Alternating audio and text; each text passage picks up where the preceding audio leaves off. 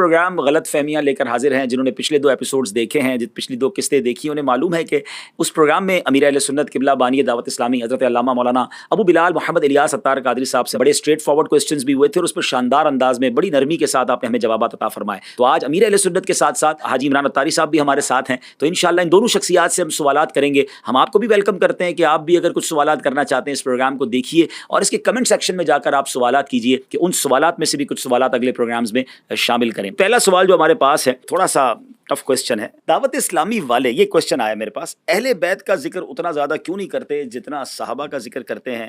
صحابہ اور اولیاء پر تو بہت سارے آپ کلام بھی بناتے ہیں, پڑھتے بھی ہیں, مگر اہل بیت پر کلام بھی نہیں بناتے. یہ غلط فہمی نہیں ہے, غلط فہما ہے, ادھر جواب دیں. مجھے بچپن میں امام حسین شہید کربلا کا نام لینا نہیں آتا تھا, بچہ تھا, نہ سمجھتا. اس وقت اپنی زبان میں ان کا میں نام لیتا تھا. میں وہ دہرانے میں بھی ڈر لگتا مجھے کہ کس طرح ان کا نام لیتا تھا. وہ لیتا تھا میں, یعنی یوں کہو کہ اہل بیت کی محبت ہماری گھٹی کے اندر ہے, الحمدللہ رب العالمین.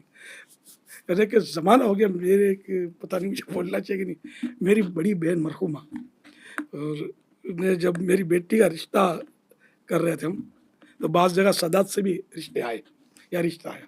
میری بڑی بہن نے کہا کہ دیکھ سید کو بیٹی مت دینا, پھر ہم اس کو سید ہے اس لیے بول نہیں سکیں گے, کہ بعض اوقات کو شکر رنجیاں بھی ہوتی ہے نا, تو یعنی ایسا ادب. تو ہمارا الحمدللہ سیدوں کے ساتھ اور اہل بیت کے ساتھ, آپ میرے رسالے میری تحریرات کو اٹھا کر دیکھ لیں, برسوں سے جو چل رہی ہے, صلی اللہ علیہ وآلہ وسلم ملے گا اس میں, تو آلہ اہل بیت سمجھے. تو اور پھر یہ کہ میرے رسالے حضرت امام حسن رضی اللہ عنہ کی 30 حکایات, کرامات امام حسین, کرامات شیر خدا, کربلا کا خونی منظر.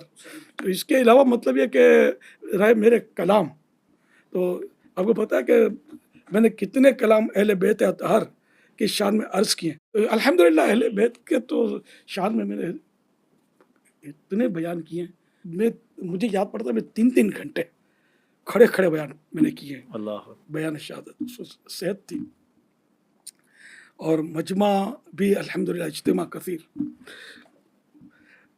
ایک بار میں نے اس دوران کسی کی شہادت, حضرت علی اصغر رضی اللہ عنہ کی شہادت یا کسی کی شہادت کا کوئی بیان کیا, تو اس میں کسی نے بتایا کہ ایک نوجوان کھڑا ہو گیا تھا جوش میں آ کر کہ جیسے دشمنان نے اہل بیت کو مار ڈالوں, کاٹ ڈالوں. وہ اتنا مطلب جوش میں آ گیا تھا. کس نے کیا حضرت علی اصغر کو شہید؟ اس کو مطلب کیفیت یہ میں نے دیکھا نہیں کہ مجمع اجتماع کثیر ہوتا تھا. آپ لوگوں نے ہو سکتا ہے اٹینڈ کیے ہوں گے گھانچی پاڑے میں. جی ماشاء اللہ. تو یوں الحمدللہ بتا, ہم تو شروع سے ہی, ابھی ہم کو یار وضاحتیں کیوں کرنی پڑ رہی ہیں؟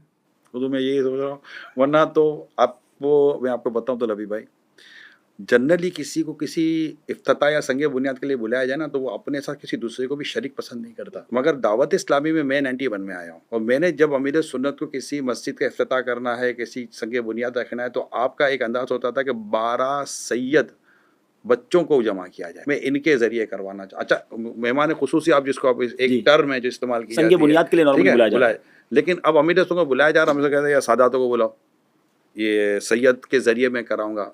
اچھا خود فیضان مولا مشکل کشا رضی اللہ تعالیٰ عنہ, یہ مساجد دعوت اسلامی کے ذریعے بنائی گئی ہیں, اعلان حضرت نے خود فرمایا ہے. تو فیضان امام حسین, فیضان بی بی فاطمہ, اس طرح کی کئی مساجد الحمدللہ بنی ہوئی ہے. فیضان اہل بیت تو ہمارے مساجد کے نام بھی رکھے جاتے ہیں الحمدللہ. اور یہ خود عالمی مدنی مرکز فیضان مدینہ, سید شہزادوں کو جمع کر کے ان سے اوپننگ کروائی. جی الحمدللہ. صحرائے مدینہ کی اوپننگ بھی سیدوں سے کروائی. میڈیکل کے جب ایشو آتے ہیں اور بیماریوں کو پھر دوائی مہنگی, تو امیر سنت کے باقاعدہ یہ بیانات موجود ہیں کہ سید و سادات کو تو آپ مطلب کہ فری میں کر دیں, اور ان کے نانا جان کی مطلب کہ نظر کرم لیں اپنے اوپر. اچھا یہ بھی فرما دیا کہ اگر سید کے ساتھ کسی نے کیا تو ان کا لینا آپ پر احسان ہوگا, آپ کو ان پر احسان نہیں کر رہے. اب میرا سوال یہ ہے کہ آپ کو سیدوں سے محبت ہے, آپ کو اہل بیت سے محبت ہے, آپ کو رسول اکرم صلی اللہ علیہ وسلم کی آل سے محبت ہے, آپ دنیا میں اپنی محبت کو پروف کیسے کریں گے؟ اچھا کیا ہر ایک کو پروف کرنے کی کیا ضرورت اور حاجت پیش آتی ہے؟ آپ نے اہل بیت کے ذکر کی تو بات کی, لیکن جو کلام کرنے والے کہتے ہیں کہ صحابہ کا ذکر بھی بہت کرتے ہیں, تو یہ مطلب کیوں کرتے ہیں؟ اصل وہ سوال اہل بیت اطہار کے بارے میں تھا.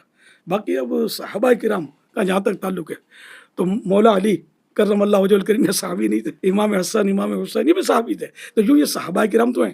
اور اس کے علاوہ مطلب یہ ہے کہ ہم تو سارے صحابہ کا ذکر خیر کرتے ہیں. جب ان کا کوئی ٹاپک چلے گا تو پھر انشاءاللہ دیکھ لیجیے گا آپ, ورنہ ویب سائٹ پر آپ دیکھ لیجیے صحابہ کرام کے تعلق سے. پھر میرے رسالے بھی موجود ہیں اللہ کی رحمت سے صحابہ کرام کے تعلق سے. ہم تو صحابہ اہل بیت دونوں کو مانتے ہیں, دونوں میں مطلب ہم الگ نہیں چلتے الحمدللہ. حضرت امام اہل سنت مولانا شاہ امام محمد رضا خان رحمۃ اللہ علیہ فرماتے ہیں, اہل سنت کا ہے بیڑا پار اصحاب حضور, نجم ہے اور ناؤ ہے عطرت رسول اللہ کی. آپ چلتے ہیں اگلے سوال کی طرف. دیکھیں اب یہ سوال دونوں شخصیات سے ہے, ٹھیک ہے نا, آپ دونوں کے ماشاءاللہ پیجز بھی بنے ہوئے ہیں اور آپ سوشل میڈیا پر بھی ہیں اور دنیا آپ کو سنتی بھی ہے. لیکن دیکھیں سوشل میڈیا ایک اس حوالے سے عجیب پلیٹ فارم بھی ہے کہ لوگ آپ کی تعریف بھی اس پہ کر سکتے ہیں, کمنٹ سیکشن کھلا ہوتا ہے, آپ کے خلاف بھی بول سکتے ہیں. سوال یہ ہے کہ جناب جہاں تک تو آپ کی تعریف ہو رہی ہے ٹھیک ہے, جہاں کسی نے آپ کے بارے میں کوئی مائنس پوائنٹ کیا, آپ کی شخصیت کو ہٹ کیا, تو آپ کے چاہنے والے آپ کے فالوورز اس بندے کا حال کرتے ہیں. ایک طرف تو آپ مدنی چل پر اخلاقیات کی بات کرتے ہیں, اچھی باتیں کرتے ہیں,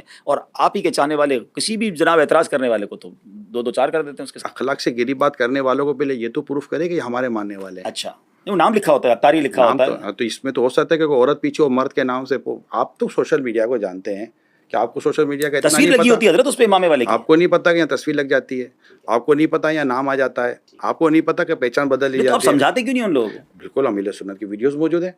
رہی بات جو برا بھلا کہتے ہیں ان کی, اول تو ان کو بھی عقل کے ناخن لینے چاہیے. ان سے عقل مند آدمی کہے گا کہ یہ صحیح کام کر رہا ہے. دیکھیں اب ایک نارمل پڑھا لکھا آدمی ہے, وہ دونوں کمنٹس پڑھ رہا ہے, یار لکھنے والا تو غلط ہے, بدتمیزی کر رہا ہے حضرت کے ساتھ, لیکن حضرت کے چاہنے والے اس کو جس زبان میں رپلائی دے رہے ہیں, تو یہ تعلیمات کیسی ہیں؟ یہ بتائیے کہ ہمیں ہماری اس پوری ویڈیو کو لائک کرنے والوں کی تعداد 25,000 ہے. ٹھیک ہے. غلط لکھنے والے کی تعداد 2 ہے. ٹھیک ہے. ٹھیک ہے. ان کو اس غلط کو جو غلط رپلائی ہو رہا ہے اس کی تعداد کتنی ہے؟ 2-4-5. یہ 25,000 جو خاموش بیٹھے ہوئے ہیں, یہ کس کی تربیت ہے؟ ہاں یہ بات تو ٹھیک ہے, یہ تو حضرت کے چاہنے والے ہیں, آپ کے فالوورز ہیں. بھائی جو ماشاء اللہ سبحان اللہ کیا بات ہے, آئی لو یو, دل بنا دیا, گردہ بنا دیا, یہ بنا دیا, وہ بنا دیا, انگوٹھے بنا دیے, گڈ لکھ دیا, جیسا بس ہے ایسا نہیں کوئی, یہ سب لکھ دیا.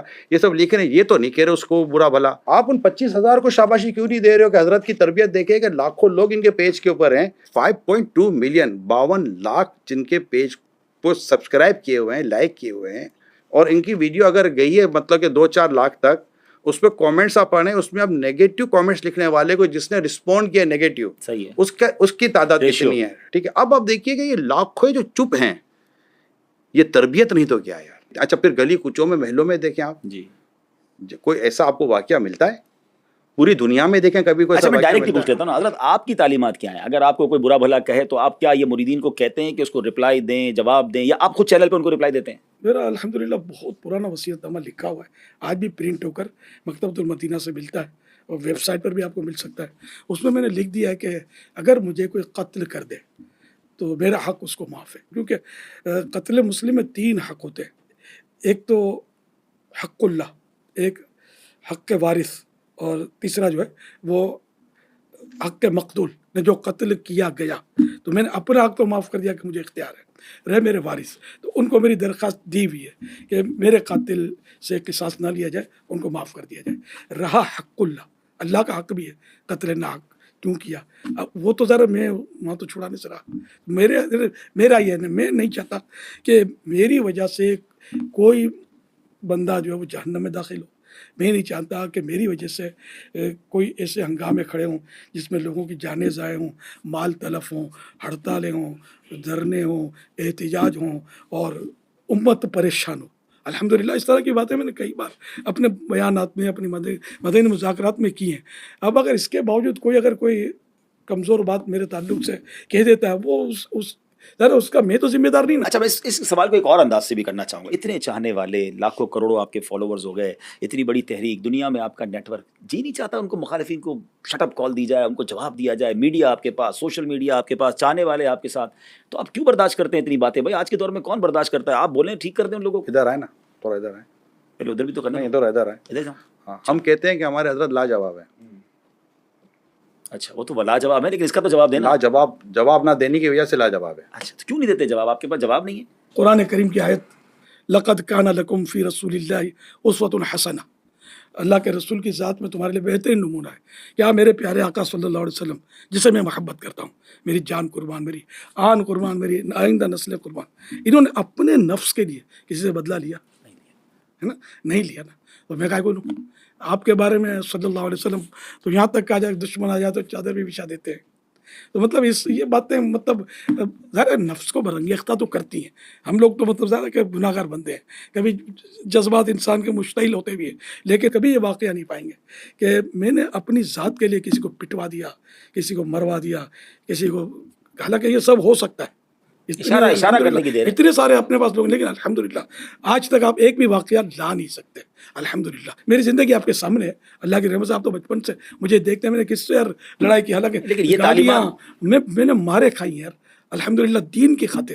لیکن آپ بتائیے، مجھے آفرے بھی ہوئی ہیں کہ ہم یوں کر دیں، کر دیں. میں نے یار کس کو بھیجا یار؟ الحمدللہ میں مطلب اس چیز سے اپنے آپ کو حتی الامکان بچا کر بڈھا ہو گیا ہوں. آپ چلیں، آپ کی طبیعت آپ نے بیان کر دی نا کہ آپ بدلہ نہیں لیتے، آپ کی مسیرت میں ایسا واقعہ نہیں ملے گا. آپ کی تعلیمات اپنی شورا کو، اپنے ذمہ داران کو، کہ وہ بھی ایسی دعوت اسلامی لے کے چلیں گے، جھگڑا نہیں کریں گے، رپلائی نہیں دیں گے، انشاءاللہ جواب نہیں دیں گے. انشاءاللہ الکریم اپنے نفس کے لیے، اپنی ذات کے لیے انشاءاللہ ان کو بھی انتقام لینے نہیں لیں گے انشاءاللہ. ہمارے امیر سنت نے، اللہ ان کو سلامت رکھے، اپنی تحریک سے وابستہ اسلامی بھائیوں کو قرآن کریم کی یہ آیت کا حصہ یاد کروایا ہے. واہ.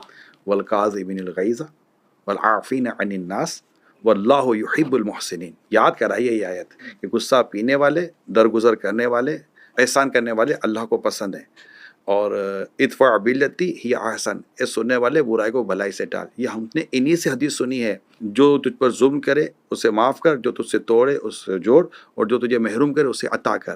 یہ ان سے ہی ہم نے روایتیں اس طرح کی سنی. انہوں نے دعوت اسلامی کو، اسلامی بھائیوں کو، اسلامی بہنوں کو، ہمارے جو بچے ہیں نا، ان کو، طلباء کو، سب کو یہ تعلیم، یہ تربیت گھول گھول کر پلائیے، گھول گھول کر پلائیے، حقوق العباد کے تعلق سے پلائیے. اللہ پاک نے چاہا پیارے حبیب کے صدقے میں ان کی اس تعلیمات کا اثر رہے گا. جناب اب چلتے ہیں اگلے سوال کی طرف. اور حضرت سے سوال یہ ہے حضور کہ دنیا اپنے کاموں کو اسمارٹ بنا کر بہت تیزی سے ترقی کر رہی ہے، تو کیا آپ لوگوں کو اسمارٹ دین بھی سکھا رہے ہیں جس میں عمل کم کرنا پڑے اور بندہ جنت میں جلدی چلا جائے؟ کہیں تو تفصیل ہوگی اور کہیں مطلب اختصار ہوگا. اب جیسے نماز پڑھنی ہے تو اس کو آپ بولو گے اسمارٹ کر دو اور ریڈیوس کر دو، تو 2 کے بدلے 1 سجدہ کر دیں، 4 رکعت کے بدلے 2 رکعت کر دیں. وہ جتنا شریعت نے حکم دیا اتنی قراءت بھی کرنی ہوگی، جتنا اسلام نے تسبیحات پڑھنے کی ہمیں مطلب ترغیب ارشاد فرمائی، وہ تسبیحات پڑھنی پڑے گی. لیکن یہاں لوگوں کے ذہنوں میں یہ بات آتی ہے کہ جناب اگر دعوت اسلامی کے قریب آنا ہے، دین کا کام کرنا ہے، تو کبھی تو آپ 12 ماہ کے قافلے کی بات کر رہے ہوتے ہیں، کبھی کہتے ہیں وقف مدینہ ہو جائیں. آپ نے تو اپنی زندگی دعوت اسلامی کو دے دی، دین کو دے دی، اور آپ کے ساتھ کئی آپ کے رفقا ہیں جو اپنی لائف دے چکے ہیں.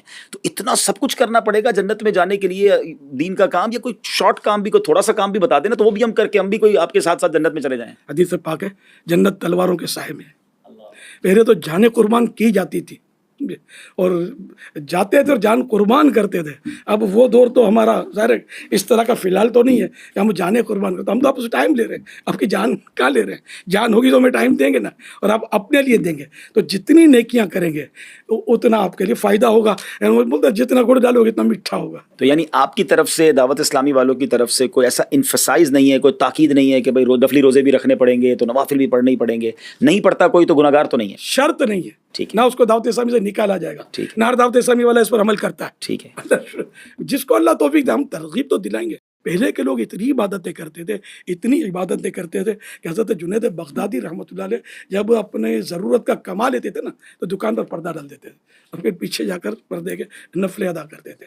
تو ان کا آج میں نے تذکرہ کیا نا، ان کی یہ شان تھی، صدیوں بیت گئی. تو اس طرح مطلب اور بزرگوں کے تقوے، پرہیزگاریاں، ان کی عبادتیں، شیخ عبد القادر جیلانی، غوث اعظم رحمۃ اللہ علیہ کی عبادتوں کے کتنے تذکرے، یہ کتنا تقویٰ کرتے تھے، کتنا جنگلوں میں انہیں عبادتیں کی. تو مطلب یہ سارے تو ہم آپ کو جنگل میں تو بھیج نہیں رہے، یہ تو چاروں طرف منگل ہی منگل ہے.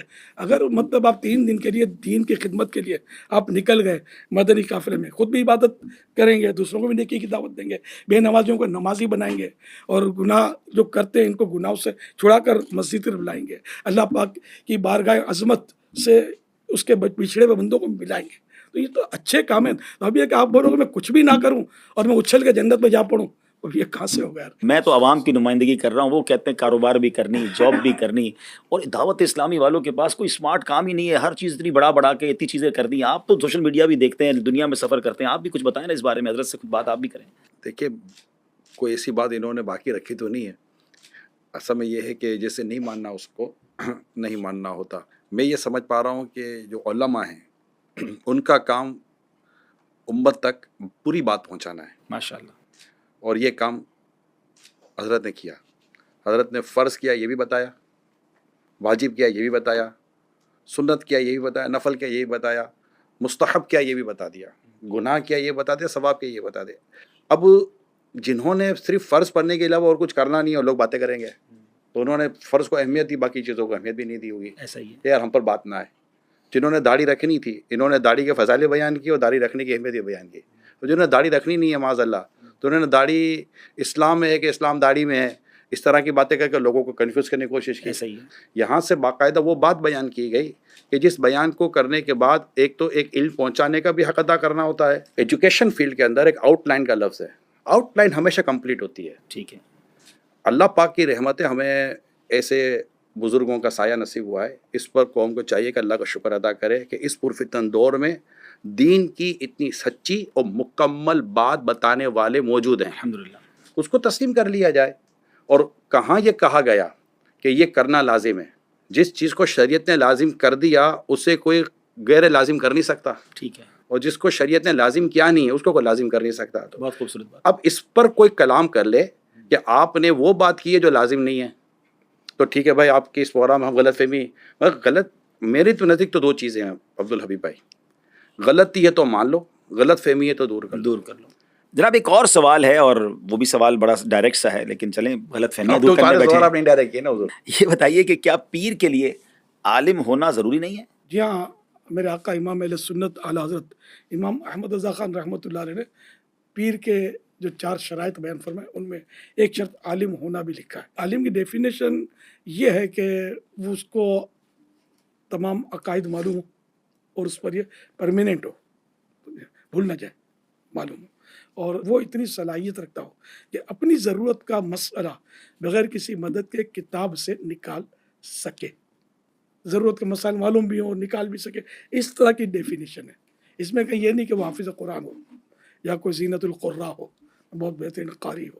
اچھا حضور ایک بات یہ بتائیں، اتنی مساجد کیوں بنا رہے ہیں؟ ویسے ہی لوگ نماز پڑھ نہیں رہے، جو مساجد ہیں ان میں نمازی نہیں ہیں. اور آپ دعوت اسلامی والے دیکھیں، گلی گلی محلہ محلہ آپ کے ٹارگٹس ہوتے ہیں کہ اتنی مسجدیں بنانی ہیں فلاں کے اہل بیت کے نام پر، تو صحابہ کے نام پر. تو اتنی مسجدیں کیوں بنا رہے ہیں؟ ان پیسوں سے کچھ اور کر لیں. پھر تو آپ کہیں گے یہ حج پر اربوں خربوں روپے کیوں خرچ کرتے ہیں، کچھ اور کر لیا کریں. فلاں کام کیوں کرتے ہیں، اس پر اور کر لیا کریں. آپ میں کہوں گا اتنا مہنگا موبائل کیوں لیتے ہیں، سستا لے لیں اور باقی رقم کسی اور کام میں صرف کریں، کسی غریب کو دے دیں. اس طرح آپ نے اتنے بڑے اپنے پلازے، اپنی عمارتیں اور لاکھوں لاکھ روپے کا ڈیکوریشن اپنے گھروں میں کیوں ڈالا ہے یار؟ یہ اس کو بیچیں، ہٹائیں یار، یہ غریبوں میں تقسیم کریں، ان کی دعائیں لیں. تو اس طرح تو مطلب یہ کہ بات بنے گی نہیں. مسجد بنانا ثواب ہے، ٹھیک ہے نا. اور حدیث پاک بخاری شریف کی حدیث ہے کہ جو مطلب ہے کہ مسجد بنائے گا اللہ پاک اس کے لیے جنت میں گھر بنائے گا. الحمدللہ. تو یوں اگر آپ مسجد کم تو کتنی ہونی چاہیے؟ پھر آپ سے کیا ہم کو فگر لے کہ بھائی اتنی ہو اور اتنی نہ ہو. جہاں مسلمان اکثریت میں نہیں ہے، بعض اوقات پورے شہر میں مسجد نہیں ہوتی. تو اس لیے مسجدوں کو تو یہ اللہ کا گھر ہے، عبادت کا گھر ہے، اور یہ شعائر اسلام ہے، اسلام کی نشانیاں ہیں. ان کو تو آپ یہ بولیں کہ جلدی جلدی اور بھی مسجدیں بناؤ، اور ہم تو نمازی بھی تو بنا رہے نا، خالی مسجدیں نہیں بنا رہے. تو مسجدیں بڑھتی چلی جائیں گی اور بنتی چلی جائیں گی، انشاءاللہ بناتے رہیں گے. ہاں، مسجد ایسی جگہ بنانا منع ہے کہ جو جگہ ویران ہو، جیسے جنگل بیابان، یا کوئی نماز نہیں پڑھے گا، نہیں اسے ویرانے میں اگر مسجد بنائی تو وہ اسلامی شریعت کے مطابق وہ مسجد ہے بھی نہیں. تو مسجد آبادیوں میں بناتے ہیں جہاں لوگ نمازیں پڑھتے ہیں. تو اس سر کو ابھی تو کار ثواب ہے. یہ تو میں نے کبھی نہیں سنا کہ کلینک کم کھولیں، فلاں چیز کم کھولیں، مریض یہ آتے ہیں چیزیں نا کم حضرت. کھولیں. نہیں، کئی کلینک خالی پڑے ہوئے ہیں، کئی کلینک خالی پڑے ہوئے ہیں، ڈاکٹر پوری بیٹھے ہوئے ہیں. مارکیٹیں ٹھپ ہو جاتی ہیں. مارکیٹ آئے دن مال بن رہے ہیں، پلازا بن رہے ہیں. آج تک تو میں نے نہیں سنا کہ جناب یہ نال ہے، بلڈنگیں بن کے بک نہیں رہی ہیں. کبھی وہ نہیں. تو اپنا مال ہے نا، لوگوں کا چندہ ہوتا ہے نا مسجد میں. کس کا؟ لوگوں کا چندہ ہوتا تو ہے. لوگوں کے چندے سے جو مسجد بن رہی ہے وہ لوگوں کے لیے بن رہی ہے یا بنانے والا خود اپنی فیملی کو لے کر نمازیں پڑھ رہا ہے؟ یہ تو سب کے لیے بن سب کے لیے بن رہی ہے تو نا. نہیں لیا یار ہاں. چندہ، تو خوشی سے دے ہی رہے نا. اور ثواب مطلب کے یہ لیے کہ دے رہے ہیں۔ مجھے تو پتہ نہیں کیا مطلب غلط مسجد فہمی ہے۔ اوور فلو ہو جائے پھر کوئی مسجد بنائے تو سمجھ آتا ہے. وہ کہتے ہیں ہمارے محلے میں پہلے ایک مسجد تھی 2 صفحے اس میں نمازی نہیں ہوتے, تھوڑے 1-2-4 گلیاں چھوڑ کے دوسری بناتی. دعوت اسلامی صرف مسجد بناتی ہے یا مسجد آباد کرنے کے کام بھی کرتی ہے؟ یہ بات بتائیں نا. آپ بتائیں نا. مسجد آباد کرنے کے بھی کام کرتے ہیں. یعنی ہمارے 2 نعرے ہیں, مسجد بناؤ تحریک بھی جاری رہے گی اور مسجد بھرو تحریک بھی جاری رہے گی. اور پھر کیا یہ مساجدیں اللہ کرے کہ نمازوں میں بھریں, لیکن کیا یہ پوری سال میں کبھی مسجدیں بھرتی نہیں ہیں؟ ایسا تو نہیں ہے. جمعہ میں کئی مسجدیں بھر جاتی ہیں, عید میں کئی مسجدیں کم پڑ جاتی ہیں, باہر شامی اور ٹینٹ لگانے پڑتے ہیں, تراویح میں تراویح میں مسجدیں بھر جاتی ہیں. تو ایسا تو نہیں. یعنی کہ مطلب عجیب سی یہ تو مطلب الٹی لوجک ہے کہ آپ کہہ رہے ہیں کہ مسجدیں نہیں بناؤ, بلکہ آپ ہمارا ساتھ دیں کہ آئیے مسجدیں بنائیں اور نمازی بھی بڑھائیں تاکہ مسجد آباد ہوں. کسی ایک علاقے کی مسجد میں, میرے تو کئی بیانات ہوئے ہیں کئی جگہ پر, میں نے پوچھا کہ کیا اس علاقے میں رہنے والے اگر تمام مسلمان مسجد میں نماز پڑھنے کے لیے آ جائیں تو آپ کو یہ مسجد کافی پڑے گی؟ کہا نہیں, ہمیں اور مسجد بنانی پڑیں گی.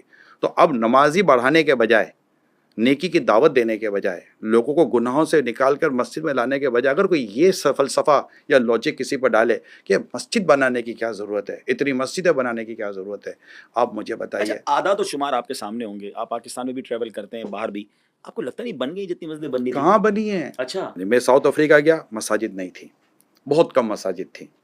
اور یو کے گیا, بہت کم مساجد تھی. ایون کہ کئی اور دنیا کے ملکوں میں ہم گئے, جیسے کہ حضرت نے خود فرمایا کہ کئی کلومیٹر جائیں تو مسجد ہوتی نہیں ہے. بلکہ میں نے تو باقاعدہ ایک آرٹیکل پڑھا تھا کہ کسی ویسٹرن کنٹری سے ایک شخص پاکستان آئے اور آ کر بیٹھے, فیملی کے ساتھ بات کر رہے تھے, جیسے ہی اذان کی آواز آئی وہ اٹھ کر مسجد میں جانے لگے.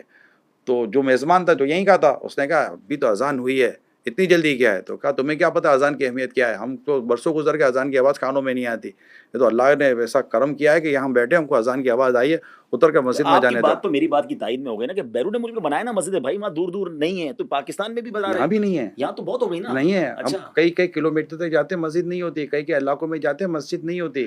کئی بڑے بڑے سینٹر, الحمدللہ دعوت اسلامی نے تو کئی بلڈنگ بنانے والوں کو نماز کی جگہ بنانے کی سوچ دی ہے. کئی جگہوں پر مسجد دعوت اسلامی کے ذریعے بن رہی ہیں. پاکستان میں بھی ایسے علاقے ہیں جہاں مسلمان رہتے پاکستان ہو یا پاکستان کے باہر ہوں, ہیں. دنیا میں کئی ایسے آپ کو علاقے ملیں گے جہاں پر مسجد کی کمی ہے. اچھا آپ یہ بتائیے, دنیا میں ایک سٹینڈرڈ ڈسکس کیا جاتا ہے کہ اتنے لوگوں میں ڈاکٹر ہونا چاہیے. ٹھیک ہے, اسٹینڈرڈ بیان کیا جاتا ہے کہ جب مثال کے طور پہ 400-500 جہاں لوگ ہوں اس میں ایک ڈاکٹر کا ہونا ضروری ہے, رائٹ؟ کیا کوئی ایسا اسٹینڈرڈ ہمارے پاس آیا, کسی نے دیا کہ اتنے لوگوں تو ایک مسجد ضروری ہے, 2 مسجد ضروری نہیں ہے؟